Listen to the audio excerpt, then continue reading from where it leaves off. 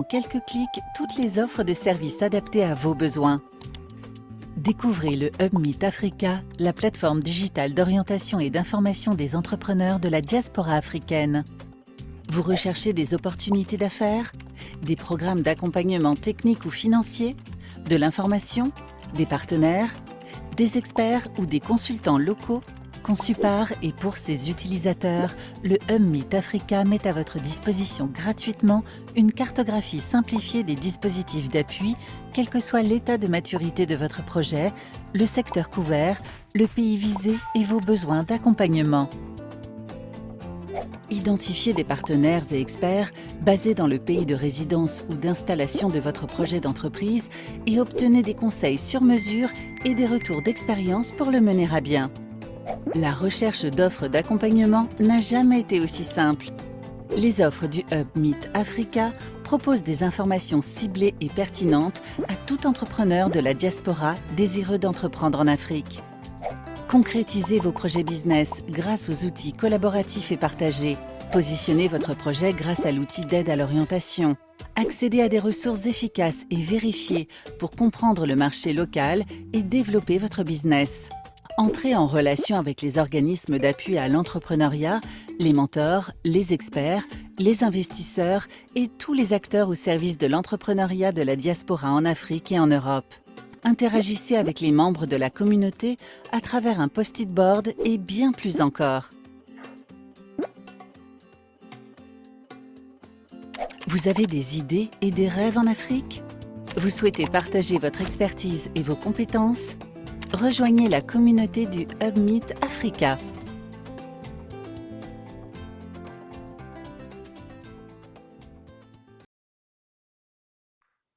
Alors, bonjour à tous et à toutes. Merci d'être présents. Merci aux intervenants d'être là et aux participants pour leur présence.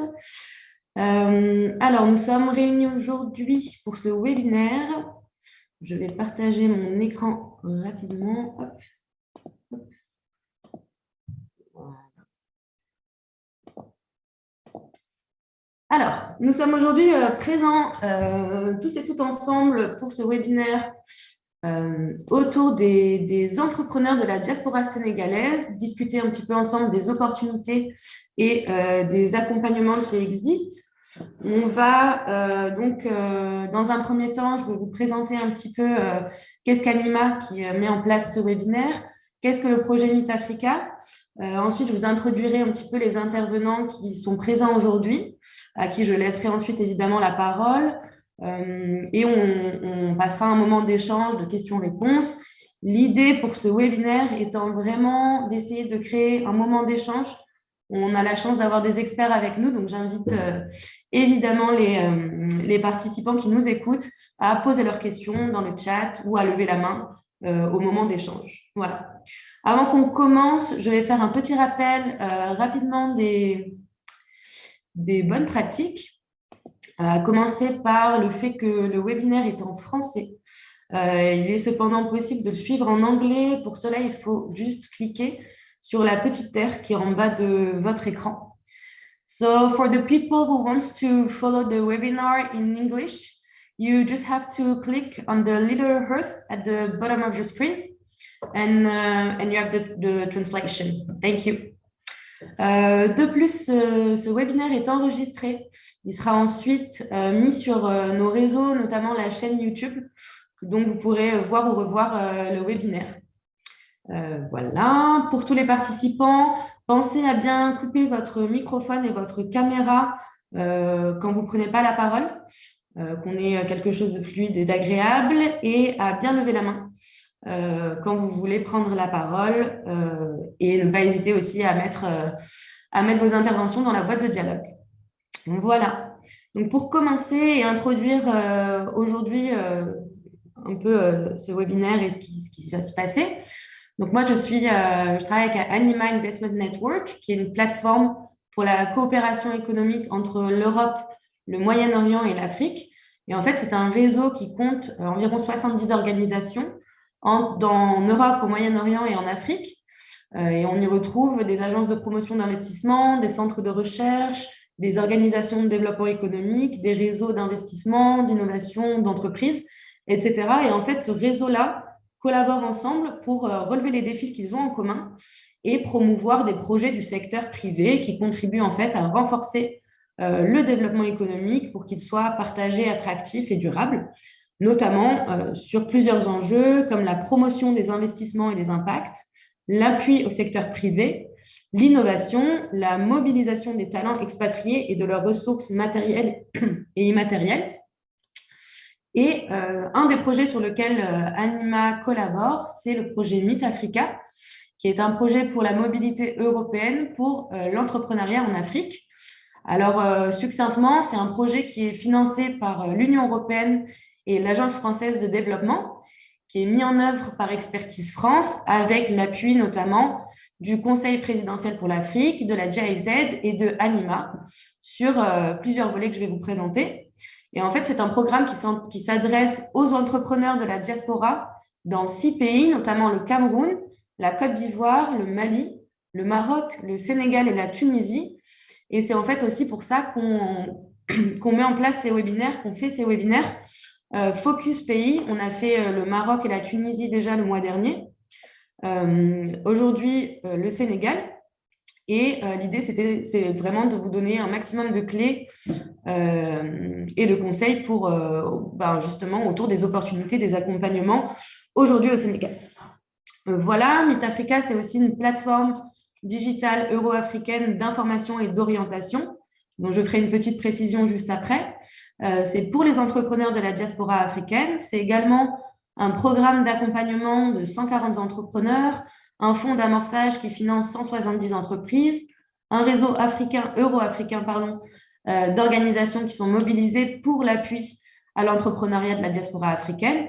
Et c'est également un salon de l'entrepreneuriat de la diaspora africaine, qu'on a appelé le Forum des entrepreneurs de la diaspora, qui a eu lieu le 11 février dernier et qui a accueilli plus de 3000 visiteurs. On a d'ailleurs présenté justement le hub Meet Africa, dont je vais vous parler un petit peu. En fait, c'est une plateforme d'orientation et d'information des entrepreneurs de la diaspora, donc sur les 6 pays que j'ai cités tout à l'heure, que sont le Cameroun, la Côte d'Ivoire, le Mali, le Maroc, le Sénégal et la Tunisie. Et ce hub, en fait, cette plateforme, c'est un centre d'information et d'orientation pour les entrepreneurs de la diaspora africaine qui sont installés, eux, en Europe et qui veulent développer leur entreprise et leurs projets en Afrique.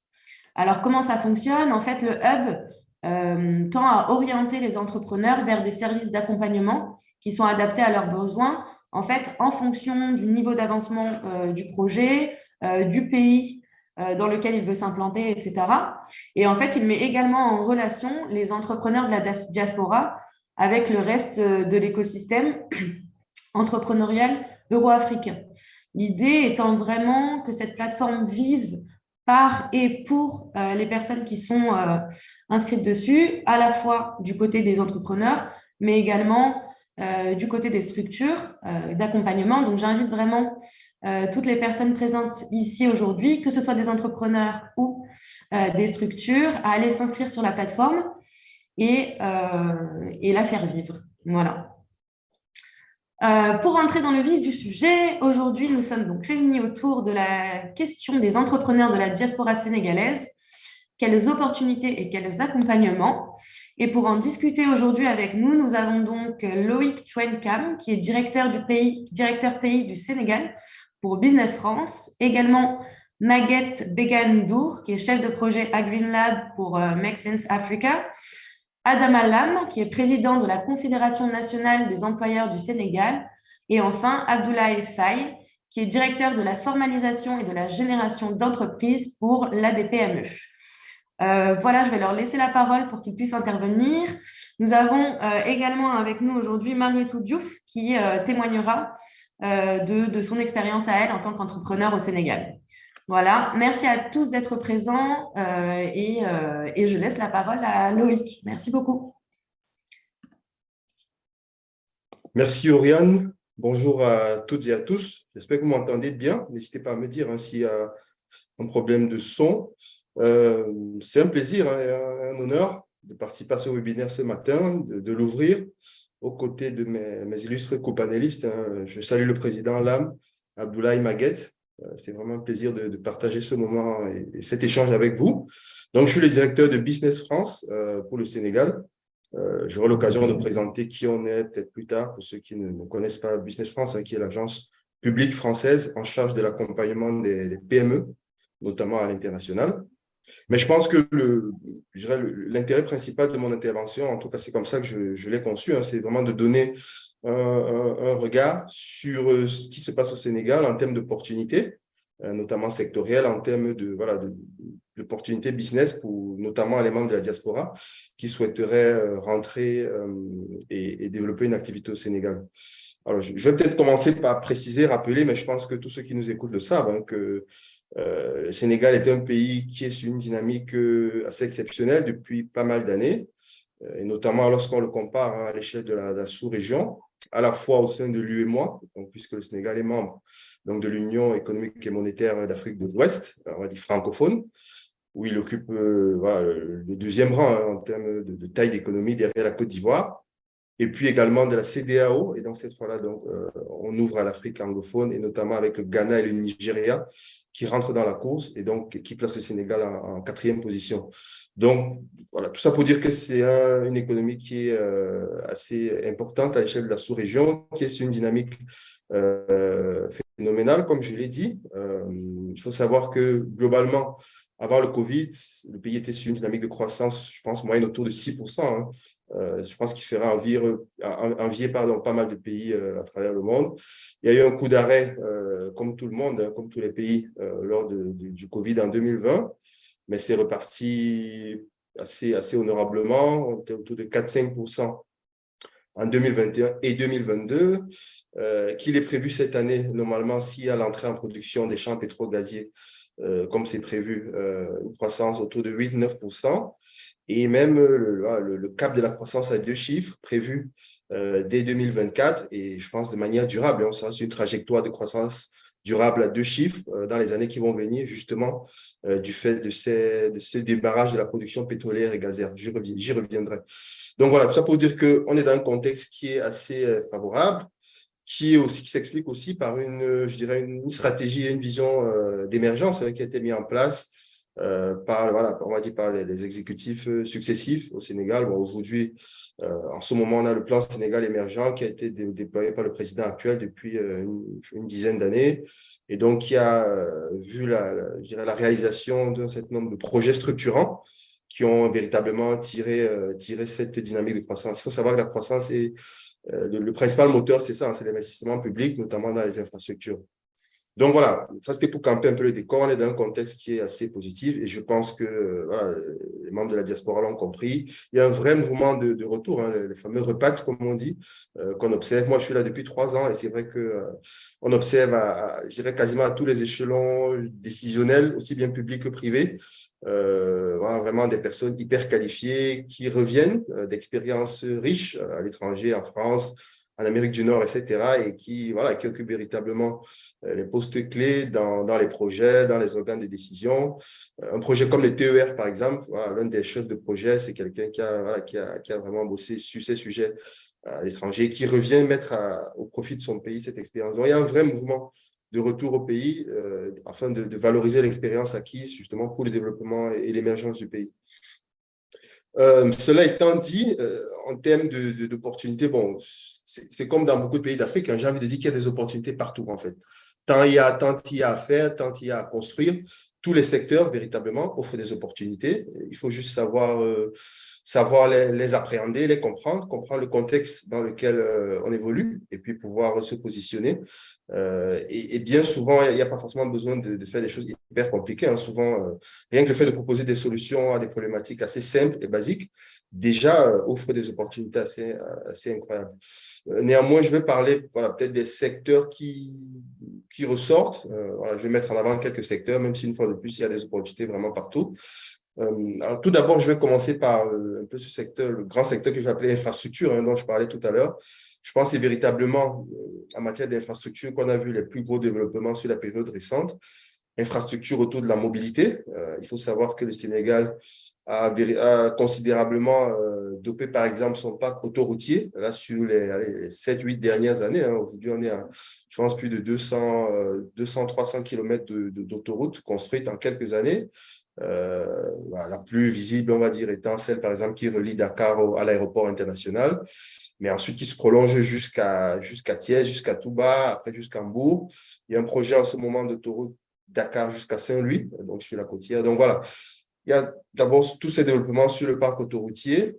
Et pour rester sur la mobilité, il y a eu des développements en matière de mobilité urbaine, notamment, avec le TER que j'évoquais tout à l'heure, hein, un projet assez majeur qui relie donc la ville de Dakar à la ville nouvelle de Diamniadio pour le moment et qui va se prolonger jusqu'à l'aéroport international dans quelques années. C'est déjà, la phase 2 est d'ores et déjà entamée. Et on évoque même déjà une phase 3 jusqu'à la ville de Thiès notamment. En parallèle, il y a un projet de bus également, un bus à haut niveau de service, de BRT, qui est également en cours de construction et qui devra entrer en service d'ici la fin de cette année ou en tout cas au début de l'année prochaine. Voilà, qui va transporter quotidiennement plus de 300 000 passagers entre la banlieue de Dakar et le centre-ville. Donc voilà, il y a tous ces projets autour de la mobilité qui ont été réalisés et donc qui sont de véritables sources d'opportunités, hein. Dans ces projets-là, on voit en général les grands groupes qui interviennent sur les infrastructures lourdes, sur la construction, sur le matériel roulant, etc. Mais à côté de tout ça, il y a toute une série d'activités de sous-traitance qui se développent et dont notamment qui représentent autant d'opportunités. Toujours pour rester sur les infrastructures, bon, je parlais de l'aéroport tout à l'heure, c'est également une infrastructure assez majeure qui a été finalisée en 2016-2017, si je ne dis pas de bêtises, donc c'est relativement récent. Et là aussi, qui devrait être le pivot d'un développement assez important sur cette zone de Diass, hein, puisqu'il y a une zone économique spéciale, notamment, qui est prévue autour de ce pôle aéroportuaire. Parlant des zones économiques spéciales, je pourrais également mentionner celle de Diamniadio, le parc industriel de Diamniadio, qui accueille déjà plusieurs dizaines d'acteurs industriels dans le textile, dans des unités d'assemblage, par exemple, de vélos électriques ou de scooters, des choses comme ça. Enfin, voilà, il y a déjà une vraie activité au niveau de ce parc-là.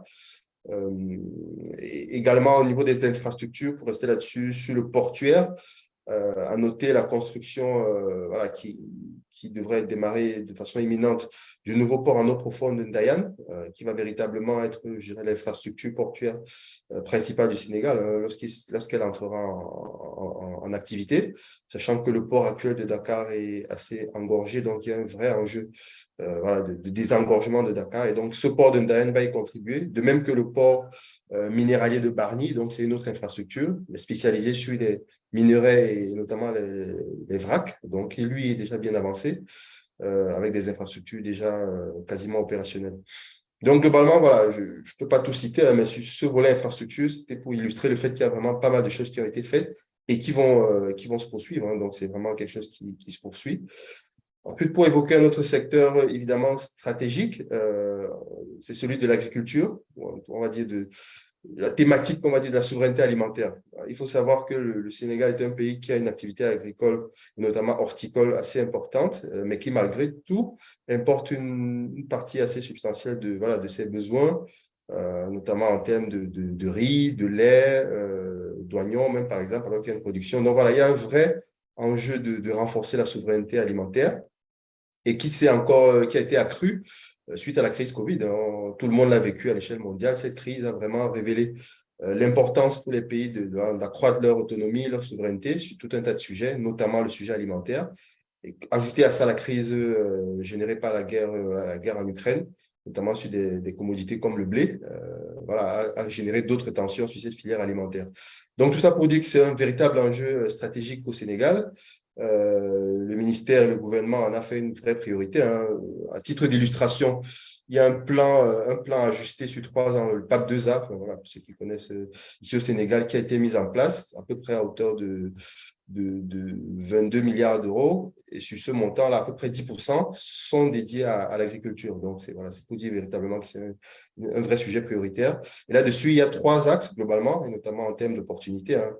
Premièrement, c'est l'accroissement des capacités de production. Donc, le premier axe, c'est vraiment autour de la production en elle-même. C'est-à-dire qu'il faut augmenter les rendements de production notamment, améliorer l'irrigation, améliorer la mécanisation. Il faut savoir que la production est le fait de beaucoup de petites exploitations familiales. Il y a de gros acteurs Mais en termes de volume, c'est beaucoup de petites exploitations de taille familiale. Donc, il y a un vrai besoin de professionnalisation, de mécanisation et d'accompagnement de ces acteurs-là. Et donc, de sorte à pouvoir accroître les rendements et donc les capacités de production. Ça, c'est le premier enjeu. Deuxième enjeu, c'est la transformation, accroître la transformation et donc la création de valeur locale. Aujourd'hui, l'industrie agroalimentaire sénégalaise, elle existe, mais elle est relativement faible. Bien sûr, on compare à des pays comme la Côte d'Ivoire, etc. Donc, il y a un vrai enjeu aussi d'accroître la part de transformation locale. Et le troisième enjeu, c'est tout ce qui va être concerné, on va dire, les chaînes de valeur. Donc, là-dedans, je mets à la fois la question de la logistique, de la conservation, donc la chaîne du froid, et puis donc des infrastructures de commercialisation avec les marchés d'intérêt nationaux qui ont été mis en place. Et donc, tous ces trois enjeux-là se matérialisent à travers des programmes qui ont été mis en place, et notamment celui des agropoles, qu'il faut avoir en tête. Il y en a 5 aujourd'hui, dont 2 qui sont assez avancés, hein, l'agropole sud et l'agropole centre, et 3 autres qui sont vraiment en cours de structuration. Et donc, ces agropoles ont véritablement vocation à structurer ce développement-là sur ces 3 enjeux que j'ai évoqués. Donc, si on passe sur un autre secteur, celui de la santé, là aussi, hein, lié à la crise Covid, priorité revue à la hausse. Pareil, d'importantes ressources allouées dans le cadre du PAP 2A. Et donc, ça se matérialise, par exemple, par des constructions de nouvelles infrastructures hospitalières. Hein. Il faut savoir qu'en 2021, par exemple, il y a 4 ou 5 nouveaux hôpitaux de référence qui ont été inaugurés à l'intérieur du pays. Il y a un vrai enjeu de doter les autres villes à part Dakar, d'infrastructures aussi de haut niveau. Et donc, ça a déjà véritablement commencé, hein, et ça se poursuit avec d'autres hôpitaux qui sont prévus. Mais à noter aussi le rôle important joué par le secteur privé dans ce développement hospitalier-là, puisqu'il y a pas mal de projets également de cliniques privées, dont notamment avec des acteurs français qui sont impliqués là-dessus. Donc, secteur hospitalier, également beaucoup d'opportunités, y compris dans la pharma, puisque le Sénégal a une grosse ambition pharmaceutique. Il y a quelques acteurs d'unités de production de médicaments qui ont été mis en place ou qui sont en train d'être relancés, notamment par des acteurs locaux. Hein. Il y a un acteur comme Teranga Pharma qui fédère un bon nombre de pharmaciens locaux et donc qui a pour ambition de se positionner comme un producteur important, notamment de génériques. Et puis également la production de vaccins, notamment à l'Institut Pasteur, puisque le Sénégal fait partie de quelques pays africains qui ont été sélectionnés pour la production de vaccins anti-Covid notamment. Donc ce secteur de la santé également, hautement stratégique, et qui présente pas mal d'opportunités. Je vais enchaîner sur le secteur pétro-gazier, je l'ai évoqué tout à l'heure, mais clairement, ça va être l'un des principaux, si ce n'est le principal game changer, pour parler en bon français, dans les années à venir, hein, puisque le Sénégal a fait d'importantes découvertes de pétrole et de gaz il y a déjà presque une dizaine d'années. Et donc, ces projets ont été maturés, etc. Et aujourd'hui, ils sont véritablement en phase opérationnelle. Il y a, on va dire, 3 principaux projets. Le premier, donc, c'est celui de GTA Grande Tortue, qui est un projet de gaz entre le Sénégal et la Mauritanie et qui devrait entrer en production à la fin de cette année. Donc, on parle de à peu près 2,5 millions de tonnes de production et puis des infrastructures aval, comme par exemple une centrale à gaz prévue à Saint-Louis, puisque c'est au large de Saint-Louis. Et donc, véritablement, c'est quelque chose qui va structurer la filière et notamment le tissu de PME et le tissu industriel local, puisque le Sénégal a mis en place une loi sur le contenu local. Et ça, c'est vraiment important de l'avoir en tête, et notamment pour les membres de la diaspora. Il y a une loi qui prévoit qu'un certain nombre d'activités de sous-traitance, avec un niveau on va dire, de complexité de plus en plus croissant, soient dédiées et réservées à des acteurs sénégalais, à des entreprises sénégalaises. Et par entreprises sénégalaises, on entend des entreprises détenues à au moins 51% par des Sénégalais. Donc voilà, ça ouvre véritablement une vraie perspective à des acteurs, peut-être qui ont déjà une expérience industrielle en France, etc., et qui voudraient rentrer, se positionner sur de la sous-traitance à l'industrie pétrolière. Je pense qu'il y a une vraie carte à jouer là-dessus. Donc voilà, ça c'était le premier projet GTA. Le deuxième projet, Sangomar, ça c'est un projet de production pétrolière cette fois-là, qui vise à produire à peu près 100 000 barils jour. Pareil, prévu à partir de la fin de cette année normalement. Les infrastructures sont en cours de construction en ce moment même. Et puis le troisième projet, qui est moins avancé, mais qui, je pense, va peut-être être encore plus structurant, c'est celui de Yakar Teranga, qui, lui, est un champ gazier également, mais qui a une véritable vocation, on va dire, à structurer une filière aval locale. C'est-à-dire que le but de Yakar Teranga, c'est véritablement d'utiliser la ressource pour de la production électrique, pour alimenter des sites industriels, pour créer des filières, de nouvelles filières. Par exemple, on parle de filières autour de l'engrais, Et là, ça permet de refaire le lien avec l'agriculture que j'évoquais tout à l'heure. Donc voilà, Yakar Teranga, c'est en cours on va dire encore de maturation, mais je pense que c'est encore en termes d'échelle, quelque chose qui va avoir encore un plus gros impact que les projets précédemment cités. Donc voilà, pour ce qui est de ce secteur-là, donc vraiment à suivre, vraie révolution, entre guillemets, hein, qui va s'opérer autour des développements pétro-gaziers. Et ce qui est intéressant à noter, c'est que ces découvertes-là, pour le Sénégal, viennent, je dirais, quelque part après. Il y a eu beaucoup de mouvements, notamment en Afrique centrale, hein, de découvertes de ressources pétrolières et gazières au tournant des années 70, mais qui était quelque part l'entrée, entre guillemets, dans le développement économique de ces pays-là. Et donc, il y a eu peu de diversification de l'économie, et ce qui fait qu'aujourd'hui, il y a beaucoup de pays qui ont été dépendants de ces ressources et qui n'ont pas assez diversifié une fois de plus. Et donc, aujourd'hui, qui sont un peu, lorsque les conjonctures sont moins bonnes, sont dans des situations compliquées. L'avantage que le Sénégal a, que je trouve, c'est que c'est arrivé plus tard. Il y a déjà on va dire, un vrai soubassement économique qui s'est fait autour de tout un tas d'autres secteurs et dont la diversification, quelque part, elle est inversée, quoi. Et donc, ça, c'est aussi quelque chose qui est un vrai atout.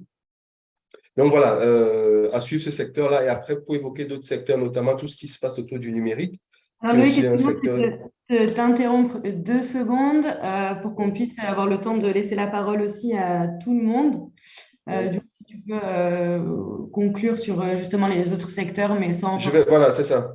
Je vais conclure, hein. Là, j'ai évoqué on va dire, les principaux secteurs sur le numérique, juste pour voilà, évoquer qu'il y a aussi de forts développements au Sénégal autour du numérique, avec pas mal un écosystème de start-up local qui est assez riche, assez dynamique, et des acteurs notamment comme l'ADER qui soutiennent les entrepreneurs. Donc, tous ceux qui entreprennent autour du numérique, sachez qu'il y a vraiment pas mal de structures de soutien présentes localement.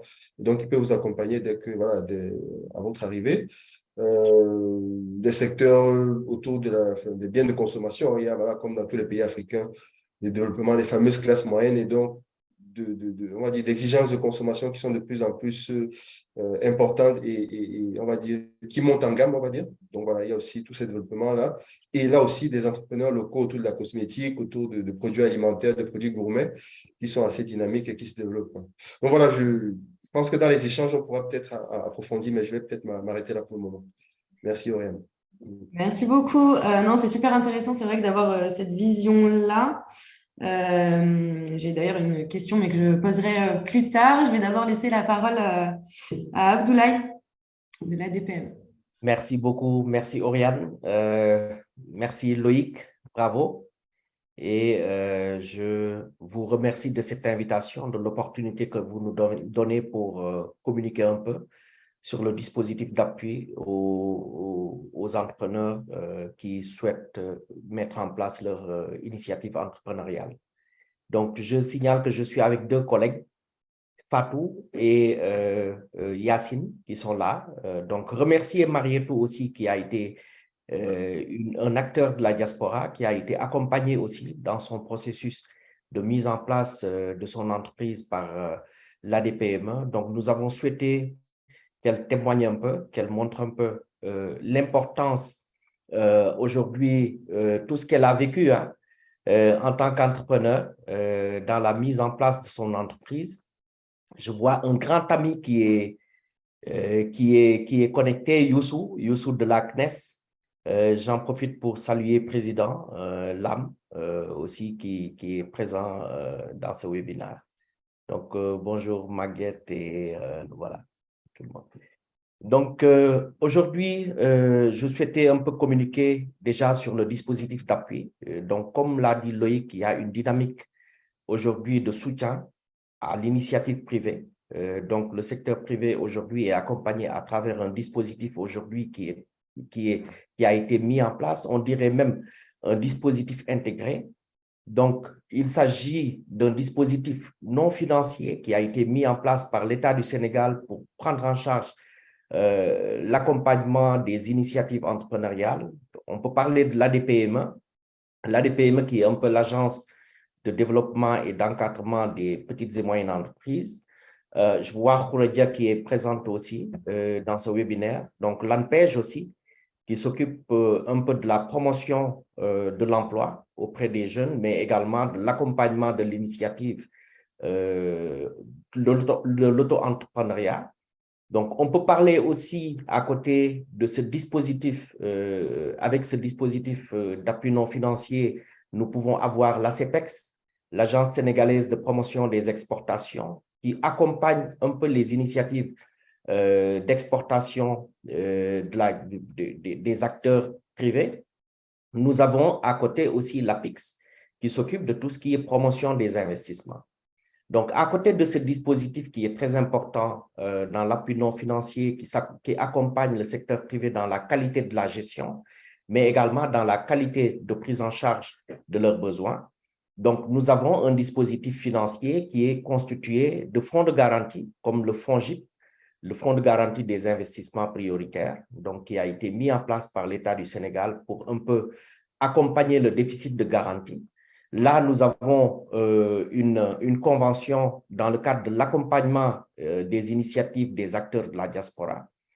Parce que le problème de la diaspora, le véritable problème, c'est le problème du financement et le problème de la garantie. Aujourd'hui, si en fait ce dispositif ne prend pas trop en charge cette difficulté de garantie, cette difficulté de financement, il sera très difficile de pouvoir mettre en place aujourd'hui des projets de la diaspora. Il y a l'accompagnement non financier qui est à côté, mais comme je le dis souvent, il faut surtout un accompagnement intégré qui puisse prendre en compte les deux aspects, que ce soit l'aspect financier et l'aspect non financier. Donc, à côté de ça, du FONGIP, il y a la DER qui accompagne le financement des jeunes et des femmes.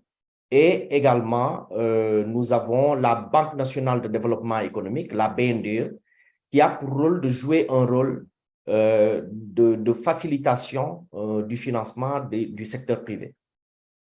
Donc, comme je l'ai dit tout de suite, je vais aller focus sur certaines difficultés. Aujourd'hui, la DPME a accompagné un certain nombre d'acteurs de la diaspora. Nous avons une certaine expérience par rapport à la prise en charge de leurs besoins.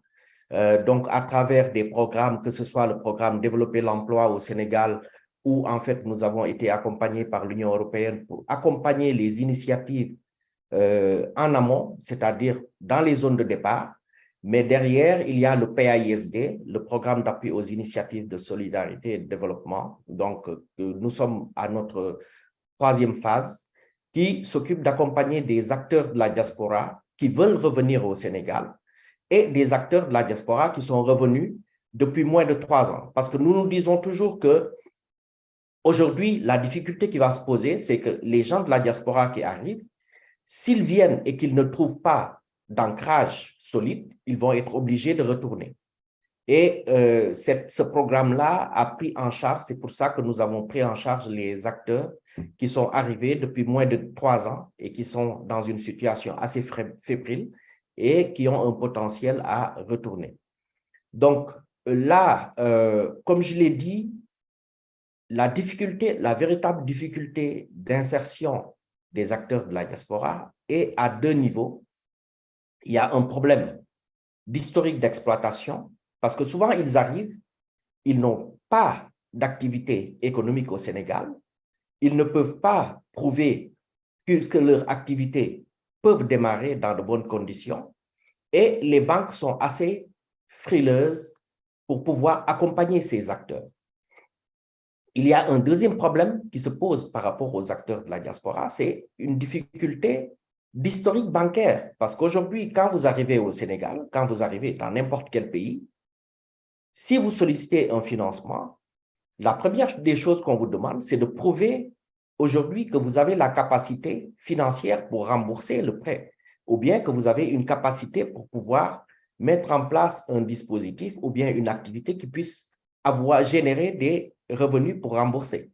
Et le problème, dans ce cas, c'est surtout un problème d'historique d'exploitation ou bien d'historique bancaire où, en fait, vous n'avez pas de compte qui puisse tourner. Là, nous avons un projet typique dans cet aspect, qui est le programme d'appui aux initiatives de solidarité et de développement, qui est le PAISD. Là, vous accompagnez des acteurs de la diaspora qui veulent revenir au Sénégal. Vous avez mis en place un fonds de garantie bien sûr, qui est là pour pouvoir accompagner ces projets. Mais aujourd'hui, la banque vous dit, oui, d'accord, c'est très bien, vous allez prendre en charge 70% des garanties. Mais qu'est-ce qui nous prouve aujourd'hui que le business va marcher? Il faut qu'il démarre au moins. Et nous avons eu à avoir l'expérience, les acteurs de la diaspora qui sont revenus, qui sont rentrés depuis moins de 3 ans, ou bien qui sont établis au Sénégal, qui ont des activités au Sénégal, ont eu beaucoup plus de chances d'accéder au financement que les acteurs qui veulent, des néo-entrepreneurs qui veulent revenir et investir. Et ça, je pense que c'est un dispositif aujourd'hui huilé, intégré, qui puisse prendre en charge les deux aspects, qui peut régler ce problème de mise en place de ces projets de la diaspora. Donc, ce qu'on a fait, c'est que nous avons beaucoup d'acteurs, hein, nous avons pu établir des partenariats avec des acteurs bancaires, que ce soit Ecobank, que ce soit d'autres banques qui ont pu aider à financer un certain nombre de projets. Il y a aussi la DER, hein, où en fait nous avons une cible féminine qui a pu accompagner un certain nombre d'acteurs de la diaspora.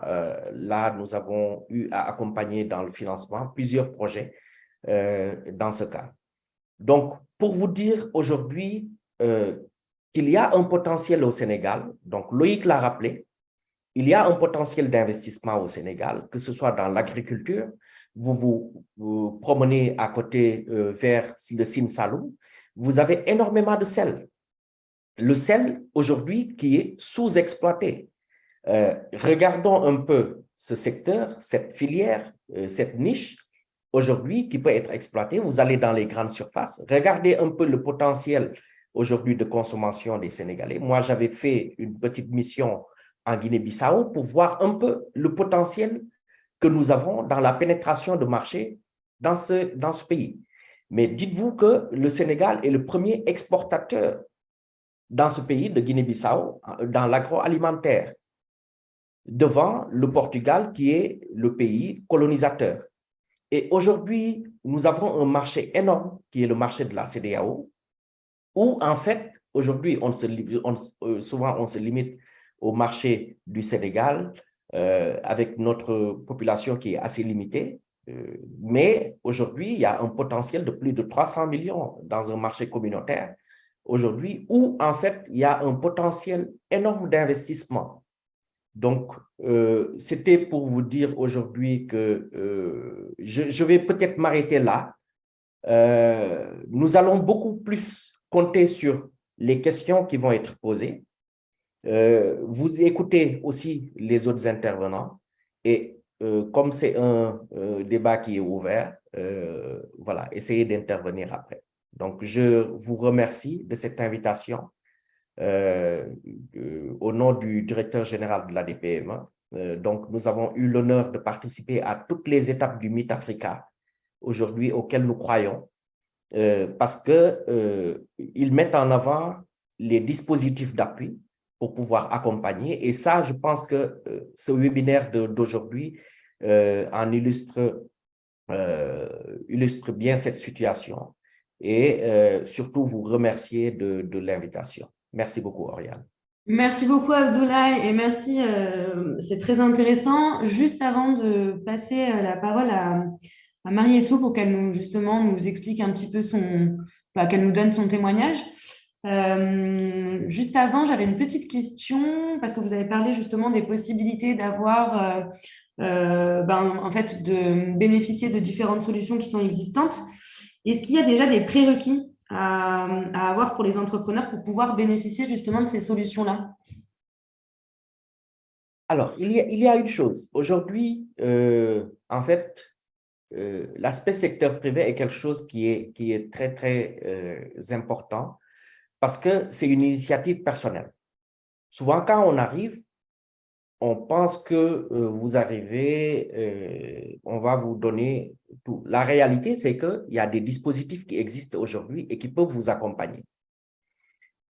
L'initiative entrepreneuriale, souvent, moi, l'expérience que j'ai eue, c'est qu'il y a beaucoup d'entrepreneurs arrivent et pensent que dès que vous arrivez, tout est facile, tout est bien, tout est beau. Mais pour moi, ce qui est le plus important, c'est aujourd'hui une volonté de vouloir pouvoir réussir dans le domaine. Parce que sans la volonté dans le secteur de l'entrepreneuriat n'est pas facile. Et si vous n'avez pas une volonté par rapport au secteur sur lequel vous voulez aller, vous n'allez jamais avoir le courage de continuer ni de réussir. La deuxième chose, c'est aujourd'hui d'essayer d'initier quelque chose, parce que souvent, quand vous avez une initiative entrepreneuriale, il faut se dire que vous devez démarrer petit. Souvent, on a des projets de 60 millions, on le voit dans le cadre des projets que nous accompagnons, des demandes que nous avons, des gens qui viennent, qui veulent avoir un financement de 100 millions, 200 millions de francs CFA. Souvent, c'est très compliqué. Et vous ne voulez pas démarrer graduellement. Souvent, c'est des choses, aujourd'hui, c'est un handicap. Parce que quand vous arrivez, vous voulez démarrer tout de suite avec 200 millions ou 300 millions et que vous n'avez pas de garantie, vous n'avez pas d'historique d'exploitation, vous n'avez pas d'historique bancaire, il est très difficile de vous accompagner par rapport à ça. Il y a des dispositifs aujourd'hui qui existent dans le cadre par rapport aux incubateurs, j'en ai pas parlé. Souvent, les incubateurs peuvent vous accompagner graduellement pour que vous puissiez intégrer le dispositif ou bien que vous puissiez intégrer l'activité socio-économique, donc votre activité. Il y a aussi que vous pouvez démarrer quelque chose. Démarrer quelque chose, c'est-à-dire démarrer une activité qui puisse aujourd'hui témoigner de votre volonté de vouloir faire quelque chose. Aujourd'hui, les gens du PAISD, ils ont une chance. Ils ont un dispositif qui a été déjà mis en place. Un dispositif qui vous accompagne pour que vous puissiez aujourd'hui bénéficier d'un business plan. On vous accompagne gratuitement pour que vous ayez votre business plan. Il y a un comité qui est mis en place avec l'Union européenne, avec l'AFD, avec le dispositif local. Donc, et vous bénéficiez d'un business plan. Et derrière, on vous accompagne dans le cadre du cycle de financement avec, par exemple, le fonds GIP, où nous avons un seuil d'accompagnement de 50 millions de francs CFA. Donc, pour pouvoir vous accompagner, pour que vous puissiez bénéficier d'un financement. Mais souvent, nous avons cette difficulté, c'est que les gens nous disent, moi, je ne veux pas démarrer avec 50 millions parce que 50 millions, c'est très petit. Donc là, qu'est-ce qu'on fait? On ne peut pas vous accompagner. Souvent, ce sont les difficultés que nous avons, mais le prérequis, c'est d'essayer de démarrer quelque chose, d'essayer de démarrer graduellement, d'essayer d'avoir une volonté pour pouvoir faire une activité entrepreneuriale et un peu de pouvoir s'ouvrir et essayer de voir comment travailler avec le dispositif aujourd'hui qui existe. Et je vous assure qu'il y a un dispositif d'accompagnement aujourd'hui, quoi qu'on dise, qui est assez performant, donc par rapport à la prise en charge des besoins. Merci. Merci beaucoup, Abdoulaye, pour cette réponse. Alors, en fait, ce qu'on fera, je pense que ce sera peut-être plus intéressant d'avoir le témoignage de Marietou à la fin, peut-être après avoir eu une vision un petit peu plus globale aussi des structures existantes, notamment avec Maguette et Adama pour Make Sense et la CNES. De ce fait, je vais laisser la parole à Maguette. Merci. Merci, Oriane. Bonjour à tous, j'espère que vous allez bien. Donc, je tiens d'abord à remercier Anima pour l'invitation qui a été faite à Make Sense, bien sûr via ma collègue Leila Crapez qui actuellement est en mission et a été empêchée. Donc, je la remplace pour un peu revenir sur les sujets qui ont été évoqués. Je salue aussi tous les participants et les panélistes. Bon, je ne vais pas revenir sur tout ce qui est opportunités et les dispositifs qui ont été mis en place. Je pense que Loïc et Abdoulaye l'ont très bien fait. Mais je vais plus me baser sur l'accompagnement. Parce qu'aujourd'hui, quand on parle d'entrepreneuriat, il est important en fait de mettre l'accompagnement au cœur de l'entrepreneuriat. Par exemple, au Sénégal, quand on parle de structures d'accompagnement à l'entrepreneuriat innovant, on en voit de plus en plus et qui sont bien présents dans l'écosystème. Ils sont présents, mais ils sont aussi regroupés selon des thématiques. Aujourd'hui, quand on parle d'entrepreneuriat à impact, par exemple, on a une idée c'est forcément Make Sense Africa qui revient. Quand on parle d'accompagnement des jeunes, des femmes, on parle de la DER, de la WIC. On a d'autres comme Jocolabs qu'on crée. Pour tout ce qui est agro, je peux citer YesAl Agri Hub au niveau de Chess. Quand on parle d'énergie renouvelable, on a par exemple Merci Corp, anciennement Energy for Impact, pour tout ce qui est justement lié aux questions des énergies renouvelables. C'est important en fait de se rapprocher de ces SAEI parce que d'abord, c'est un écosystème très, très fort. On a beau avoir des thématiques ou des centres d'intérêt différents, on travaille tous ensemble dans le sens où quand il y a des opportunités, on les partage entre nous. On a aujourd'hui mis en place ce qu'on appelle des échanges de pratiques qu'on essaie de faire une fois par mois pour voir qu'est-ce qui marche, sur quoi il faut repenser, rediscuter et essayer d'avancer tous ensemble. Par exemple, vous verrez très facilement quand il s'agit d'un bootcamp que Make Sense invite des partenaires de YesAl Agri Hub pour aider à sélectionner ou à aider dans le jury de sélection des personnes qui seront accompagnées sur tel ou tel projet. Ensuite de ça, les bailleurs ont tendance maintenant à s'appuyer de plus en plus sur les structures d'accompagnement pour appuyer les bénéficiaires dans des programmes. C'est le cas sur MetAfrica, c'est le cas sur le programme SINGA de la GIZ, de AgreenLab avec l'Union européenne et un renforcement des incubateurs au Sénégal et au Burkina Faso.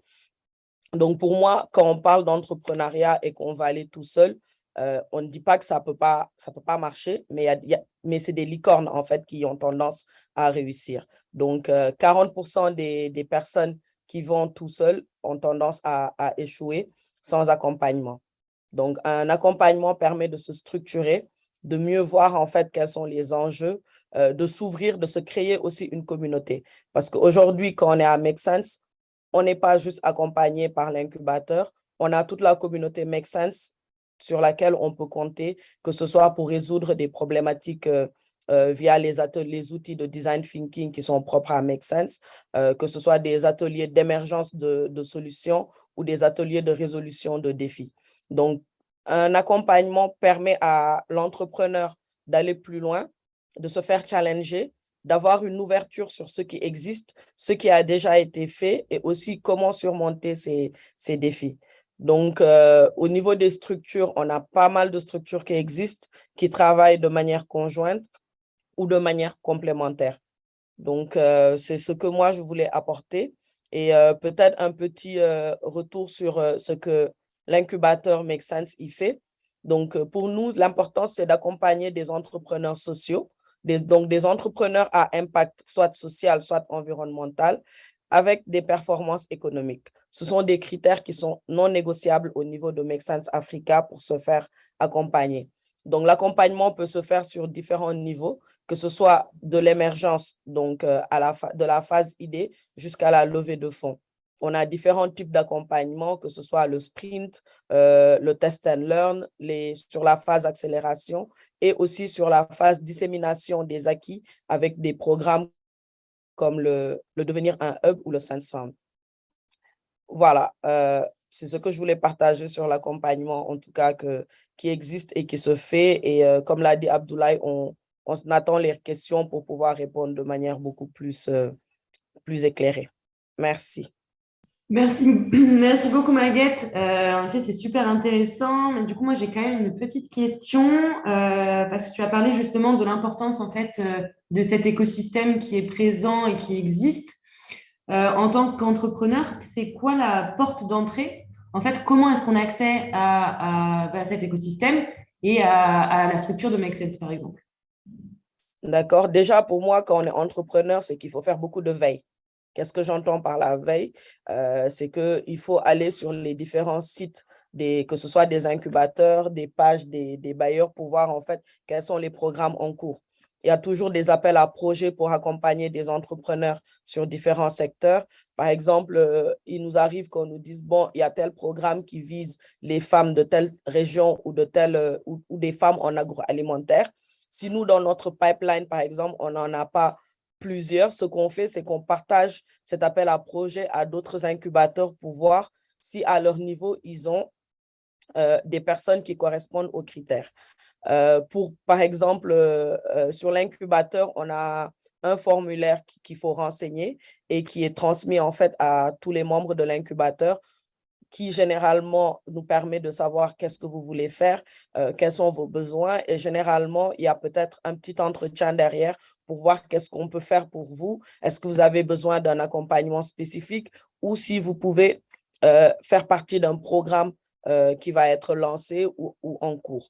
Donc, le premier step, c'est déjà de se rapprocher de ces structures. Ça ne coûte rien du tout, d'aller se renseigner sur ce qui existe, de faire un petit message de temps en temps et d'être abonné aux différentes pages parce que toutes les informations sont toujours relayées sur nos différentes pages, que ce soit sur Facebook, que ce soit sur LinkedIn ou sur les différents réseaux des communautés.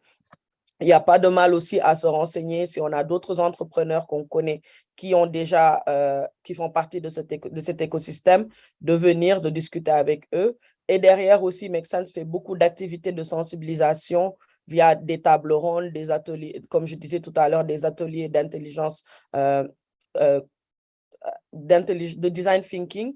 Et du coup, c'est bien aussi de participer parce que quand vous venez à ces activités, vous inscrivez vos noms et vous êtes dans notre base de données. Donc, à chaque fois qu'il y a une activité, c'est cette base de données qui y a une mail list où on envoie les invitations à tous et ça nous permet de garder le contact et de savoir ce qui se fait. Merci beaucoup pour cette réponse. On continuera sur les questions plus tard. Je vais laisser la parole du coup à Adama de la CNES. Merci beaucoup. Merci beaucoup, mesdames, messieurs, pour nous avoir donné l'opportunité de participer à ce webinaire. Je pense que mes prédécesseurs ont fait un tour d'horizon extrêmement important et exhaustif des possibilités qui s'offrent en termes d'investissement dans le pays. Moi, je voudrais simplement, pour gagner du temps, intervenir sur un aspect de projet qui nous tient à cœur à la CNES. Je rappelle simplement que la CNES, c'est la Confédération nationale des employeurs du Sénégal, qui est une structure patronale avec 16 fédérations et groupements associés, allant de l'industrie, le BTP, le commerce, les pharmaciens, les médecins, les boulangers, les bureaux de contrôle, les bureaux d'études, la pêche, j'en oublie. Donc, c'est cet ensemble qui constitue une fédération pour défendre les intérêts des membres et participer à l'économie du pays. Alors, l'un des aspects sur lesquels je voudrais intervenir, c'est, en complément de ce qui est dit, relever que nous avons ici une problématique juste d'épargne et d'équité. C'est cela qui fait que nous avons un projet qui s'appelle NAS, National Assets, ici, à la CNES, en collaboration avec la Chambre de commerce et CGF Bourse, dont le but, c'est effectivement de mobiliser l'épargne des Sénégalais. Nous avons constaté que la mobilisation de l'épargne pose ici problème et beaucoup de projets, beaucoup de jeunes, beaucoup d'entrepreneurs, même de grosses entreprises ont du mal à pouvoir se faire financer parce qu'ils n'ont pas le capital de base. Et c'est pour ça que ce projet est fait pour inciter nos compatriotes à épargner ensemble et surtout avoir cette culture aussi d'association, qui est un petit point faible aussi dans notre culture économique et industrielle. Alors, de quoi s'agit-il? Nous avons simplement constaté que dans la balance des paiements de 2021, la diaspora a rapatrié au Sénégal près de 1 400 milliards CFA. Alors, on s'est dit, si nous avions au niveau national un système qui permettrait d'accompagner cette mobilisation de la diaspora, on aurait des levées de fonds extrêmement importants en termes d'épargne. Et à titre d'exemple, je vous dirais simplement que pour faire 1000 milliards de francs CFA, il faut à peu près 62 000 personnes qui donnent 16 millions de francs CFA ou 1 million de personnes qui donnent chacun 1 million de francs CFA. Et nous avons mis le projet en place avec la Chambre de commerce et CGF Bourse. Je vous donnerai le contact de la dame qui s'occupe de cela pour effectivement dire que dans ce projet-là, nous ciblons les Sénégalais de nationalité ou les entreprises sénégalaises, c'est-à-dire détenues à 51% par des Sénégalais. Il consiste à dire, pour les entreprises, vous avez une entrée d'épargne de 5 millions et une cotisation mensuelle de 500 000 francs à bloquer pendant 1 an. Pour les particuliers, vous avez une mise de départ sous forme d'épargne de 1 million et une cotisation mensuelle de 100 000 francs. Ce que vous épargnez vous concerne uniquement parce qu'auprès de CGF Bourse, vous recevrez un numéro de compte et un code PIN et vous êtes le seul à connaître le montant de votre épargne.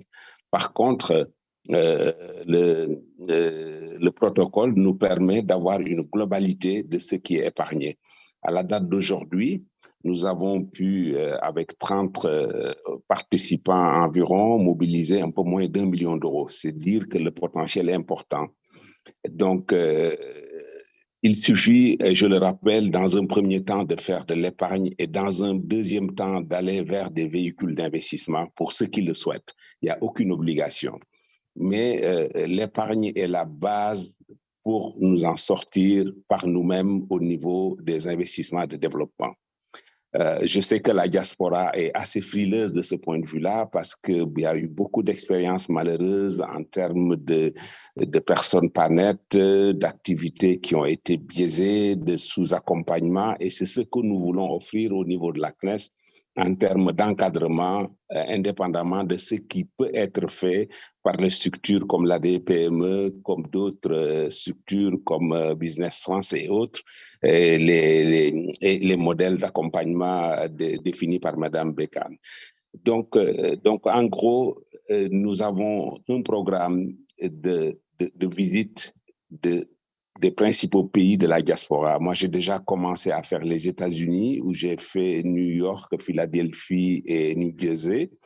J'ai commencé aussi à faire les régions. J'ai commencé par la région de Fatick, en relation avec CGF Bourse. Et nous irons dans les pays à forte consonance de diaspora sénégalaise pour expliquer l'importance du projet d'épargne qui nous permet de partir par nous-mêmes, étant entendu que l'apport, l'effet de levier que nous aurons pu avoir de l'extérieur sera tellement important que les problèmes que nous rencontrons actuellement dans la composition du capital de base pourraient être résolus. Ça veut dire aussi que ça permet à la diaspora de pouvoir se préparer à l'entrée en ayant une épargne de base disponible et des études de projet qui peuvent être accompagnées pour vous orienter dans des secteurs dans lesquels vous voulez intervenir. Donc, en tout cas, je vous donne mon numéro de téléphone, 77 637 57 26. Et je vous donne aussi le numéro de téléphone de Madame Diack de CGF Bourse, 77 450 89 14. Nous restons à la disposition de tous ceux qui le souhaitent pour vous donner le protocole qui a été signé entre les parties, les modalités du fonctionnement de ce projet d'épargne qui cible effectivement ceux qui ont une culture de vouloir épargner selon les lois islamiques, c'est-à-dire un projet épargne, un véhicule est mis à leur disposition. Ceux qui veulent épargner de manière classique, aussi un véhicule est mis à leur disposition et vous pouvez suivre au jour le jour le rendement que vous avez dans votre portefeuille d'épargne. J'insiste encore une fois, il s'agit d'épargne personnelle, mais orientée vers les Sénégalais. Je vous remercie. Merci beaucoup, Adama, pour cette intervention. En effet, comme on a entendu plusieurs fois aujourd'hui, la problématique de financement est réellement présente. Ça doit être d'ailleurs la principale. Et merci également pour les contacts. C'est vrai que ça serait intéressant, je pense, d'avoir les contacts, notamment aussi la liste de toutes les différentes structures et les différents projets d'accompagnement qui sont existants et dont on a entendu parler aujourd'hui pour les transmettre à toutes les personnes qui sont présentes. Voilà pour la dernière intervention. Du coup, j'aimerais bien entendre Marietou, qui devrait être en capacité normalement de mettre son micro et sa caméra peut-être. Je ne suis pas sûre. Bonjour. Bonjour. Je pense que la caméra ne fonctionne pas. Voilà. Donc, bonjour à tout le monde. Je me présente. Je suis Marietou Diouf et je remercie les intervenants aussi pour leur présentation, particulièrement Abdoulaye, Monsieur Faye de la DPME qui m'a accompagnée dès le début. Donc, pour juste rappeler, en fait, moi, j'ai créé une entreprise qui s'appelle Etou Nature. Et on valorise des produits naturels, alimentaires et cosmétiques du Sénégal. Donc, je suis rentrée en 2013, fin 2012, début 2013, du Canada. Donc, j'étais en France, après je suis allée au Canada, donc je suis rentrée. Donc, je préfère faire un témoignage vraiment rapide de mon parcours pour inciter en fait les Sénégalais de la diaspora à rentrer, parce que lorsque je suis rentrée, j'avais jamais entrepris au Sénégal. J'avais juste eu le bac, je suis partie étudier en France et par la suite, je me suis retrouvée au Canada à travailler là-bas. Et donc, du coup, côté réseau, j'avais zéro réseau, même si je suis sénégalaise de père et de mère, mais c'est difficile lorsqu'on revient au Sénégal de ne pas avoir de réseau, de ne pas avoir en fait de services qui nous accompagnent. Et lorsque je suis en direct, comme dans le temps, moi, je suis assez familière sur aller faire des recherches sur le net. Donc, la DPME, par exemple, je l'ai découvert comme ça sur les réseaux et je suis allée m'inscrire sur des formations dans le temps sur l'entrepreneuriat, sur la fiscalité, au moins pour me familiariser sur la réalité sénégalaise. Et du coup, en le faisant, ça m'a permis d'avoir un réseau de base déjà d'entrepreneurs qui étaient déjà au Sénégal, qui comprenaient un peu le système parce que moi, je ne connaissais rien du tout. Et voilà, donc c'est des moments en fait qui m'ont permis franchement de m'ouvrir.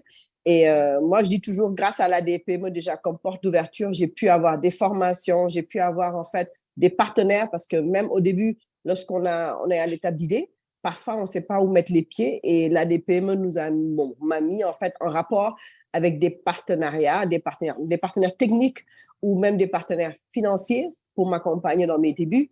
Et voilà, donc du coup, il y a au Sénégal, en fait, moi, je dis toujours, on est vraiment bien servi parce qu'on a beaucoup d'agences qui nous accompagnent, que ce soit la DPME sur la partie accompagnement, encadrement, lorsqu'on démarre, il y a la CEPEX, il y a le COSEC, il y a l'APIX, il y a vraiment pas mal de choses, pas mal d'agences, en fait, aujourd'hui, pour nous accompagner, pour le démarrage, pour même l'arrivée au Sénégal, tout ça. Mais il faut les connaître, il faut les connaître. Mais l'avantage avec aujourd'hui Meet Africa, parce que j'ai participé aussi avec le projet d'Afrique dans le temps avec Anima pour aider les Sénégalais déjà de la diaspora au retour. On en a participé avec le Centre des jeunes dirigeants.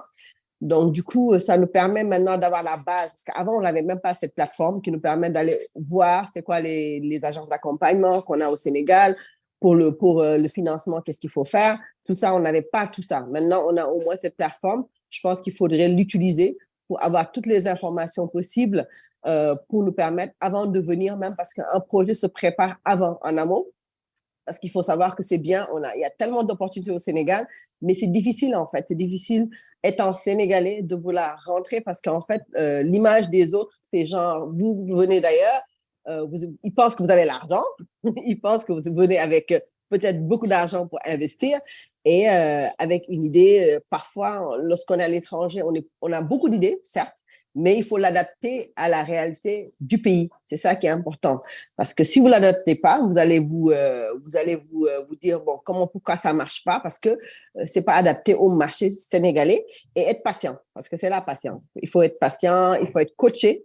il faut être coaché, accompagné, comme je dis, avec les structures que vous connaissez et que vous avez au moins sur la plateforme aujourd'hui et faire l'étude de marché. Parce que moi, je dis l'étude de marché, vous le faites sur le terrain, surtout en Afrique en général, que ce soit au Sénégal ailleurs. Il faut le faire sur le terrain parce que c'est bien beau d'écrire un business plan pour avoir une idée de où est-ce qu'on veut. Mais si vous ne venez pas sur le marché, savoir vraiment les besoins, parce que chaque projet, c'est parce qu'on veut résoudre une problématique X, Y, Z. Maintenant, si vous ne connaissez pas vraiment les problématiques des gens en étant ici, parce que vous pensez peut-être que vous avez des problématiques que vous pensez qu'on peut résoudre en France, mais ce n'est pas les mêmes problématiques au Sénégal ou en Afrique en général. Donc, vous allez vous tromper au départ et après, vous allez vous retrouver aujourd'hui, voilà, vous poser des questions.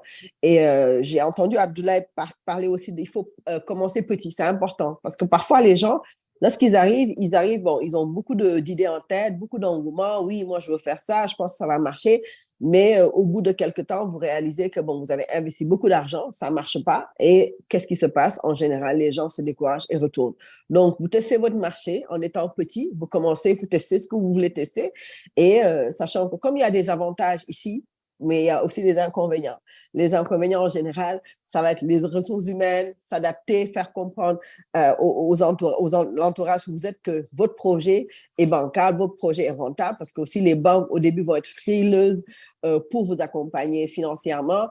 Si vous venez, parfois on vient peut-être avec un peu d'argent, mais l'argent ne va pas suffire forcément pour réaliser notre projet. C'est pour ça que c'est bien de commencer petit, c'est bien de démarrer avec les structures d'accompagnement. Et la chance peut-être maintenant, par rapport à 10 ans, moi, ce que j'ai commencé, que vous allez avoir, c'est qu'il y a beaucoup de structures d'accompagnement qui sont là. Il y a beaucoup d'acteurs sur le terrain qui vous accompagnent, que ce soit Make Sense, que ce soit le Centre des jeunes dirigeants. Il y a beaucoup d'agences, beaucoup de structures, que ce soit la GIZ, ou vraiment qui sont là pour accompagner les acteurs qui aimeraient investir au Sénégal, qui aimeraient en fait apporter leur pierre à l'édifice. Parce qu'in fine, c'est ça. In fine, on a envie, on est passionné, on veut faire quelque chose, mais in fine, on a envie de développer ce pays-là, qui est notre pays, le Sénégal, et d'apporter. Et comme il y a beaucoup d'engouement, on parlait de pétrole, on parlait de gaz, il y a beaucoup de choses à faire, mais il faut le cadrer, il faut être structuré et il faut s'entourer de bonnes personnes. C'est important de s'entourer de bonnes personnes, d'être dans des réseaux qui vous font avancer. Pas juste dans des réseaux où bon, on est là pour parler du mal du Sénégal ou autre, mais d'être vraiment dans des projets qui vont nous permettre de nous développer et d'être tout le temps dans le développement, que ce soit même avoir du coaching sur le développement personnel pour pouvoir comprendre ce que pensent les Sénégalais, parce que parfois on pense qu'on est Sénégalais, mais on est resté tellement longtemps à l'étranger qu'on n'a pas forcément les mêmes réalités. Donc, c'est des choses qu'il faudrait vraiment se poser les bonnes questions, se dire qu'est-ce qu'il faut faire l'étude de marché sur le terrain et ne pas se fixer des limites. Le dernier mot, c'est vraiment ne pas te fixer des limites. Se dire, OK, moi, je viens au Sénégal pour un projet d'une année. On ne sait jamais quand est-ce que le projet va être rentable, quand est-ce que le projet va décoller. Donc, si vous fixez des limites, vous allez partir avant même que la date arrive parce qu'en Afrique, en général, ça prend toujours du temps à mettre en place un projet. Dès l'instant que vous déjà connaissez pas le marché, si vous dites, bon, moi, je suis là pour 1 an, si ça marche, ça va, si ça marche pas, ça va. Donc, vous allez partir au bout d'1 an. Peut-être, au moment où vous partez, peut-être c'est là que ça commence à décoller. Et voilà, ou bien parfois c'est des projets qui ne sont pas encore mûrs ou c'est des projets qui ne sont pas encore d'actualité en Afrique. Voilà, c'est des éléments comme ça. Moi, je me rappelle lorsque j'ai commencé avec le naturel, au début, les gens ne comprenaient pas le naturel, les gens ne comprenaient pas pourquoi utiliser ces produits locaux. Ça m'a pris du temps, on a sensibilisé. Maintenant, avec Covid, tout ça, là, maintenant, les gens commencent à prendre conscience, mais ça a pris quand même du temps pour au moins faire comprendre de plus en plus.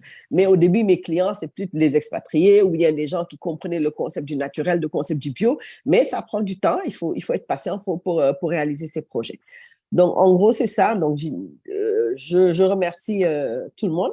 Et n'hésitez pas, si vous avez des questions, à me poser par rapport à mon parcours ou bien vous avez des points aussi de questionnement. Donc, nous, on est là pour ça, pour aider, ou bien pour sensibiliser, ou bien pour motiver, en fait, les Sénégalais ou bien même d'autres pays de l'Afrique à venir investir au Sénégal.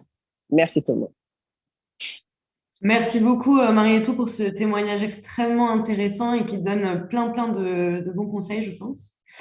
En effet, je rebondis sur ce qui a été dit. Si vous avez des questions, c'est vraiment le moment pour en profiter, pour les poser. N'hésitez pas à lever la main Si vous avez des commentaires, des témoignages d'ailleurs aussi, enfin, toute intervention est la bienvenue.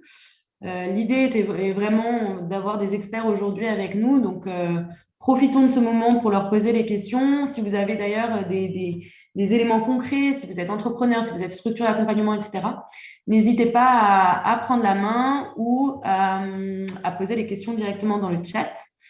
Je vais laisser passer quelques secondes si les personnes souhaitent lever la main ou poser les questions. Sinon, moi, j'ai tout plein de questions de toute façon.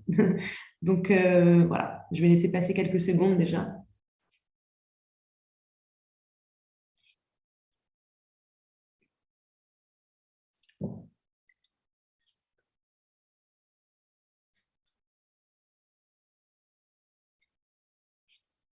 Bon, si on n'a pas de questions pour le moment, moi, j'en ai une. Marietou, tu as en effet parlé de patience, parlé de ne pas avoir trop gros, etc. Mais tu as surtout dit savoir se poser les bonnes questions. Et en fait, quelles sont les bonnes questions à se poser quand on est entrepreneur et qu'on a envie d'entreprendre, quoi. OK, merci par rapport à cette question-là. Moi, je me dis déjà, dans un premier temps, il faut se connaître soi-même parce qu'entreprendre, c'est pas facile. C'est difficile d'entreprendre, surtout dans un pays qu'on pense que c'est notre pays, mais qu'il y a pas mal de problématiques qu'on connaît pas forcément. Donc, du coup, il faut d'abord se connaître soi-même, travailler sur sur soi-même, faire du coaching vraiment sur le développement personnel. Moi, je précise sur ça parce que ça m'a beaucoup aidé. Ça m'a beaucoup aidé le fait de me comprendre moi-même, de comprendre les autres. Parce qu'in fine, lorsqu'on veut travailler, que ce soit ici ou ailleurs, on va travailler avec des personnes. Et l'humain, c'est un facteur qui est assez important. Et parfois, ça nous fait quelque chose, le fait de ne pas comprendre ce côté-là. Et c'est très, très important de se poser les bonnes questions par rapport à ça et de se poser les bonnes questions par rapport à ce qu'on aimerait faire. Parce qu'on est passionné, certes, mais la passion ne suffit pas pour gagner de l'argent. Il faut aussi derrière voir aujourd'hui le projet qu'on veut mettre en place. Est-ce que c'est un projet qui peut s'adapter au pays d'accueil? Donc, c'est des questions qu'il faut se poser. Et comment le faire et être entouré d'accompagnants, de structures qui vont nous aider, même avant même de venir se poser voilà, les bases qu'il faut pour nous permettre d'aller plus loin. Parce qu'aujourd'hui, si on vient, on connaît personne, on n'a pas de réseau, on ne sait pas où on va. Franchement, ça, c'est ça. Lorsque je parle de se poser les bonnes questions, c'est vraiment ça. Et parler avec des gens qui l'ont déjà vécu, ça, c'est important. Des gens qui ont déjà vécu cette expérience, voir aujourd'hui, ça vous permet de gagner une longueur d'avance par rapport à quelqu'un qui juste débarque au Sénégal, n'a pas toutes les informations. Donc, c'est ça. Merci beaucoup, Marietou. On a une demande d'intervention de Youssoufa Diop, à qui je vais du coup laisser la parole. Bonjour, bonjour Oriane, bonjour à tout le monde. Donc, c'est Youssoufa Diop, je suis le directeur exécutif de la CNES. Donc, je ne vais pas revenir sur tout ce qui a été dit par les panélistes. Je pense qu'ils ont bien présenté l'écosystème. Étant moi-même membre de cet écosystème, donc je ne vais pas trop revenir sur ce qu'ils ont dit. Mais je voulais juste faire une invite par rapport aux ressortissants de la diaspora, c'est-à-dire qu'ils aient le réflexe et l'habitude de se mettre en association ou en partenariat avec des acteurs qui sont déjà sur le terrain. Parce que Marietou parlait de la problématique du terrain. C'est vrai que c'est une donne importante. On peut vous faire une belle photographie du Sénégal avec les opportunités, le système d'encadrement, d'accompagnement. Mais je pense que la bonne solution, c'est de se mettre en partenariat ou en relation avec des acteurs locaux, des gens qui ont déjà éprouvé ce système. Je pense que c'est très important parce qu'on peut venir avec de belles idées, mais c'est le terrain qui va faire la différence. C'est vrai que, comme l'a dit le président Lam, dans son intervention, il y a eu des expériences malheureuses, des gens qui ont eu confiance en des ressortissants, en des co-citoyens ici au Sénégal, et malheureusement, ça s'est mal passé. Mais je pense qu'il n'est jamais trop tard pour bien faire. Moi, je vous invite vraiment à venir chercher des partenaires sérieux Nous, au niveau de notre confédération, nous avons des membres qui sont déjà actifs dans des secteurs d'activité, qui ont déjà une expérience avérée. Donc, nous sommes prêts à vous orienter, à vous mettre en relation avec ces personnes pour qu'elles puissent vraiment vous accompagner, vous suivre et mettre également leur argent dans un business en commun et pouvoir justement vous rassurer et vous permettre d'atteindre les objectifs fixés. Donc, vraiment, c'est le petit message que je voulais lancer, étant entendu que tout ce qui a été dit, je le partage entièrement, puisqu'étant, comme je l'ai dit tantôt, membre à part entière de cet écosystème. Voilà donc ce que je voulais vous dire et vous remercier encore une fois pour la tenue de ce webinaire. Voilà, merci. Merci beaucoup, Youssoupha, pour cette intervention et ces précisions. Et puis, mais encore, je remercie encore, bien sûr, tous les intervenants qui sont là aujourd'hui. Loïc, je laisse la parole. Oui, merci Oriane. Je voulais rebondir tout de suite sur ce qu'a dit M. Diop à l'instant. C'est vraiment important, hein. Et nous-mêmes, d'ailleurs, c'est vrai que je n'ai pas eu l'occasion tout à l'heure de préciser plus en détail qui on est, ce qu'on fait. Mais c'est vrai que je dirais, dans l'accompagnement qu'on apporte aux entreprises françaises, l'un des premiers conseils qu'on leur donne, c'est véritablement ça, c'est de s'associer à des acteurs qui sont déjà présents sur le terrain. Identifier des partenaires locaux qui ont une connaissance du terrain, des réseaux, et même le côté interculturel, c'est très important, à savoir décrypter, y compris dans le monde des affaires, comment fonctionnent les gens, comment, par exemple, en période de Ramadan, il y a des réalités culturelles qu'il faut savoir appréhender, savoir intégrer dans la façon de faire le business. Donc, c'est vraiment important. Et donc, je pense que même pour les membres de la diaspora qui sont partis depuis longtemps, qui ont perdu peut-être un certain nombre de repères, c'est vraiment capital de pouvoir s'associer du coup à des acteurs qui connaissent bien le terrain, quoi. Donc, ça, c'est ce que je voulais préciser. Donc, Business France, nous, en fait, on accompagne les entreprises, pas les entrepreneurs, pas la diaspora directement. C'est-à-dire qu'il faut vraiment avoir déjà une entreprise, une activité en France, pour que nous, on puisse apporter un accompagnement sur la base d'un cahier des charges. En fait, on fonctionne comme un cabinet conseil, quoi, tout simplement. C'est la petite précision que je voulais apporter. Merci. Merci beaucoup, Loïc. Alors, il n'y a pas d'autres questions pour le moment, pas de prise de parole. Excusez-moi, je voulais rajouter quelque chose. Aujourd'hui, par rapport aux interventions, je pense qu'ils ont évoqué quelque chose qui est très important, le fait de d'essayer d'aller ensemble sur un projet. Ça permet au moins d'éviter certaines erreurs. Il y a également le fait, surtout par rapport au réseau, souvent ce qu'on a remarqué, c'est qu'il y a une idée arrêtée sur le réseau, sur le dispositif d'accompagnement. Et ça, je pense que si vous ne l'implémentez pas, vous ne pouvez pas connaître la prise en charge qu'elle peut donner, que ce soit Make Sense, que ce soit ADPME, que ce soit d'autres. L'aspect non financier, l'accompagnement non financier est souvent pris en compte. Aujourd'hui, l'appui non financier est quelque chose aujourd'hui qui peut vous accompagner pour un peu parfaire, renforcer votre connaissance et même renforcer votre capacité à pouvoir attaquer un marché. Et souvent, dès que les gens arrivent, la première des choses sur lesquelles ils se focalisent, même s'ils ont un petit montant sur lequel ils veulent démarrer, c'est surtout le fait d'avoir un financement. Et souvent, par rapport à ce financement, si vous n'avez pas des bases solides, vous aurez beau investir dans un secteur, vous ne pourrez jamais avancer sur un marché parce que vous ne connaissez pas le marché, parce que vous n'avez pas appréhendé le marché, parce que vous n'avez pas encore les prérequis ou la capacité d'attaquer ce marché.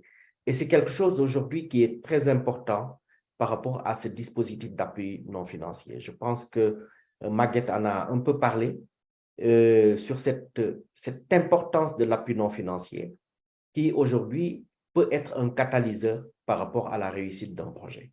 Voilà, merci. Ouais, merci beaucoup Abdoulaye pour cette précision. Je vois qu'il y a une question. Je vais donc laisser la parole à Malik.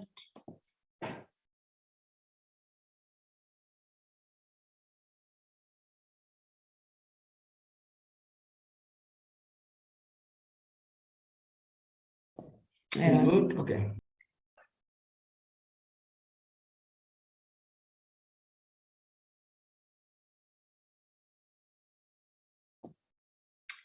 Alors, Malik, est-ce que vous arrivez à activer votre micro? Très bien. Parfait. Bonjour tout le monde.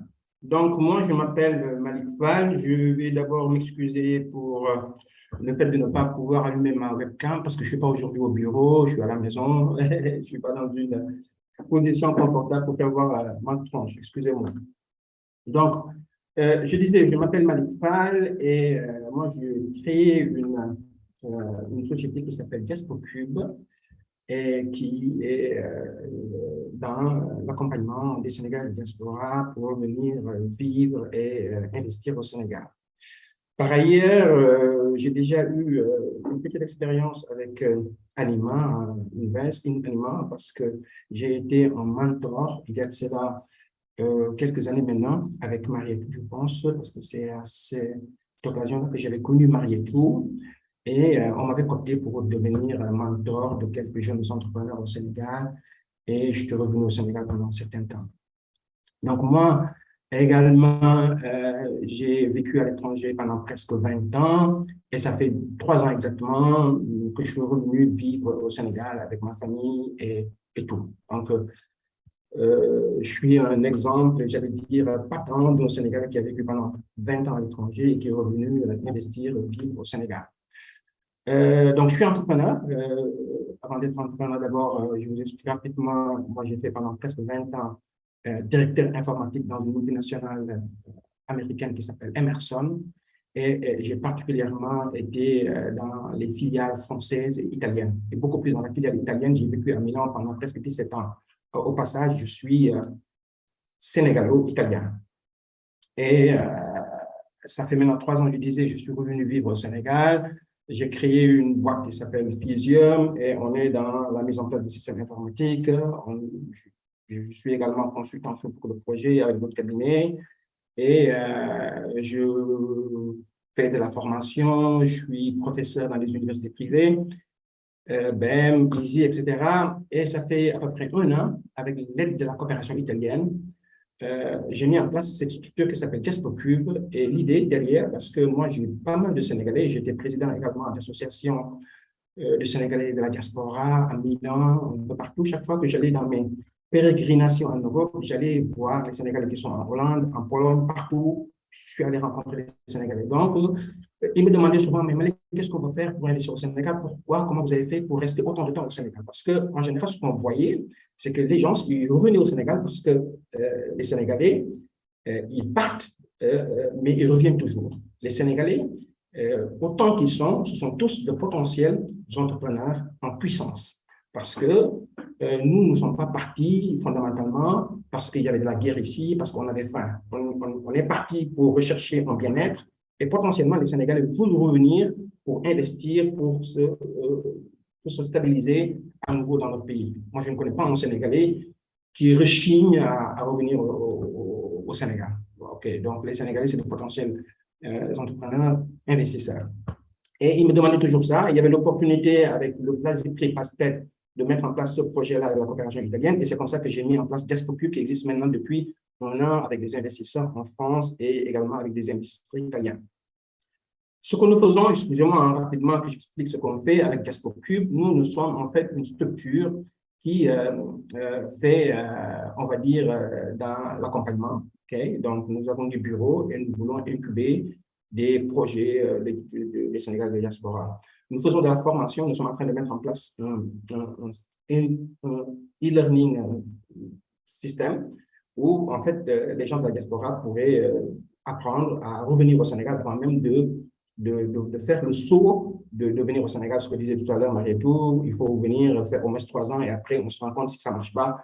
On a déjà brûlé toutes nos cartes. Ce n'est pas une très bonne idée, je pense. Ce qu'il faudrait faire, c'est se former avant de venir. Et d'ailleurs, c'était l'une de mes principales orientations aujourd'hui, c'est qu'il faut investir sur des environnements virtuels. Meet Africa le fait jusqu'à une certaine mesure, je pense, parce que c'est plus, je le vois, en marketplace, où on met en place beaucoup de structures pour rencontrer des partenaires, etc. Mais aujourd'hui, ce dont on a fondamentalement besoin au sein de la diaspora, c'est de la connaissance avant de revenir au Sénégal.